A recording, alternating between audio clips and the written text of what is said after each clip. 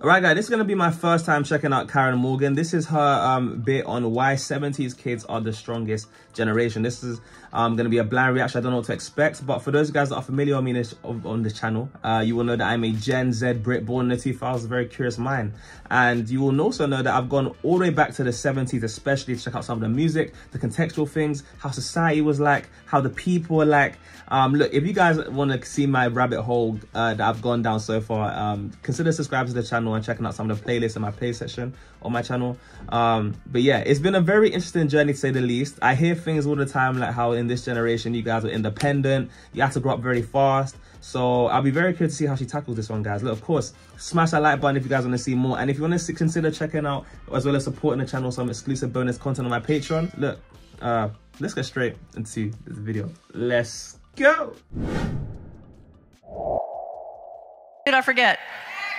X, yes! Actually, I didn't forget X. It's a little trick. Because I was born the first year of Gen X or the last year of Gen Jones, depending on which chart you look at. But everyone forgets Gen X. Even CBS News forgot Gen X last year. They did this whole thing on all the generations. They did silent generation, boomers, and then they skipped over 65 million of us Jan Bradys. Wow. And then they went right down to the millennials and the post-millennials. But here's all y'all need to know about Gen Xers. See, I'm a post-millennial right there. But even then, I even recently remember reacting to something called Why the Gen X Were Forgotten About. And a lot of you guys saying that you guys like to be left alone, which is interesting. But I want to see what she says on this specifically. And then they went right down to the millennials and the post-millennials. But here's all y'all need to know about Gen Xers. We don't care. Oh, right. We don't care. In fact, we kind of like it that you left us off your little list, CBS News, because we're like the secret dive bar that only the locals know about.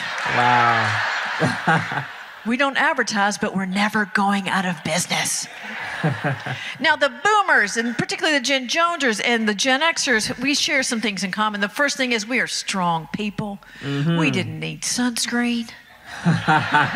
We just laid out on giant sheets of aluminum foil with baby oil and iodine. Crazy. Right? Hawaiian Tropic Red Label. We put our chairs up on the roof to get higher to the sun. We only turned over when the radio station told us to. Nobody cared. We grew up in the way, way back seat of our mom's station wagon, rear facing at the people behind us. Right? Just waving back there. Just... Nobody wore a seatbelt. Not even in the front seat. If your mom's arm wasn't strong enough, you deserved to go through the windshield. No, but you know what? Surprisingly enough, I can already tell this is going to be targeted at that Gen X generation because a lot of you guys will be able to relate to this stuff. Me personally not being involved, but I've seen a lot. Like, I'm like a tourist. I've seen it. Like, I've seen contextual videos. You guys had no seatbelts. That's crazy. You guys went up on the roof with the antenna. That's insane. Like, you guys were out all day until the freaking street lights came home. Like, came off. Like, it's insane. And even then, I still haven't grasped nowhere near just how you guys had it. And yeah, I can say it's a lot where, as us from a Gen Z or born in the 2000s, we are a lot more sheltered, and that is scary to me. So I can definitely see you guys had a lot of strength, and you got through a lot, man. Interesting. Strong enough, you deserve to go through the windshield. Let me know if you guys, if this is true, guys. Yeah, no seatbelts. We didn't have helicopter parents back then. In fact, we had the opposite of helicopter parents. We had Home Depot parents. Where you think there should be someone working in the store that can help you, but there's no one around. You're on your own. This is Home Depot. Do you need a skill saw? Well, there's only one left in the whole store, and it's way up there. I'm dead. So grab yourself one of those rolling staircases, my friend. Roll it over there, crawl it. Don't pull it over on yourself and cut your arm off, because nobody's going to take you to the hospital. Wow. It's going to be your fault that you got hurt. Here's what you get. Suck it up. Wow. Blow on it. Walk it off. Rub some dirt on it. That's true, though.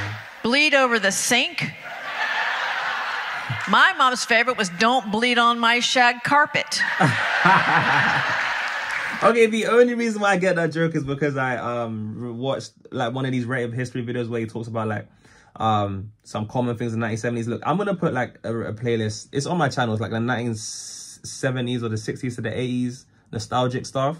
And that shag carpet, he was talking about all the stuff that would get lost in that shag carpet. Like, and yeah, don't bleed on the shag carpet, right? So, even then, like that's just yeah, fair play, man. That's favorite was don't bleed on my shag carpet. Don't bleed on the shag carpet. I had a guy send me one the other day. It was like, let the dog lick it, it'll heal faster. That's crazy. Nobody cared if we were bored. Nobody cared what our grades were. Nobody cared that we were eating lunch out of a lunchbox filled with unrefrigerated dairy products and rust. Yeah, that's crazy. Never today. Who had a rusty lunchbox? Yeah, we're all still here. And the thermoses didn't match because the first one, the one that came with it, got shattered. It's gone. It's gone. Nobody cared that we were being pummeled in the face by real red rubber dodgeballs.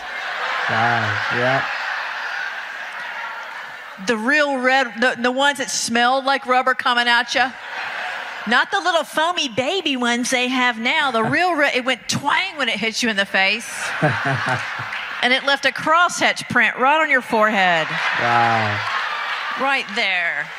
Nobody cared. Different. No one cared at all. Nobody cared about the emotional trauma that we sustained because of sea monkeys. Sea monkeys. Who had sea monkeys? Is that a toy? I'm still not over sea monkeys. I paid my $1.25 out of the back of that comic book. I was supposed to get the whole sea monkey family. The mama sea monkey and the daddy sea monkey and junior sea monkey and little baby sea monkey. They lived in a castle. And they were going to come live with me, and I was supposed to be able to teach them tricks. That's not what we got. We got 3 envelopes in the mail filled with disappointment, deceit, and dehydrated brine shrimp. No one cared. No one cared that so sea monkeys were like a gift in like a magazine or one of those like toys that you can get, and then you guys just didn't get what you was expecting. Wow. The emotional trauma from that. Nobody cared. Dehydrated brine shrimp. No one cared. No one cared that woman on Romper Room never said my name. That one flew over my head. You guys let me know. Never said my name in her stupid magic mirror, even though all day I was trying to walk on the romper stompers. Just 2 upside down plastic cups on a string. Just pop your ankle right off. They weren't as dangerous, though, as metal roller skates. Oh, wow. So the metal roller skates, they kind of clamp to your shoe like this, right? You didn't get hurt because you were going fast, because you couldn't go fast because of the friction of the metal on the sidewalk. But about the 3rd one in, your shoe came right out of that thing. Oh. But you fell because it was still attached to your ankle with a little belt. Oh. So you tripped over it and fell and broke your bottom. That was it. Oh. Nobody cared. Wow, and that literally is the bit, guys. Wow, I mean, she was saying a lot of things in here. Some of that stuff is making me a little bit like anxious. I can't believe that you guys had to go through that. I mean, well, I can believe it. That's what the sign of the times, right? That's what you guys had to deal with.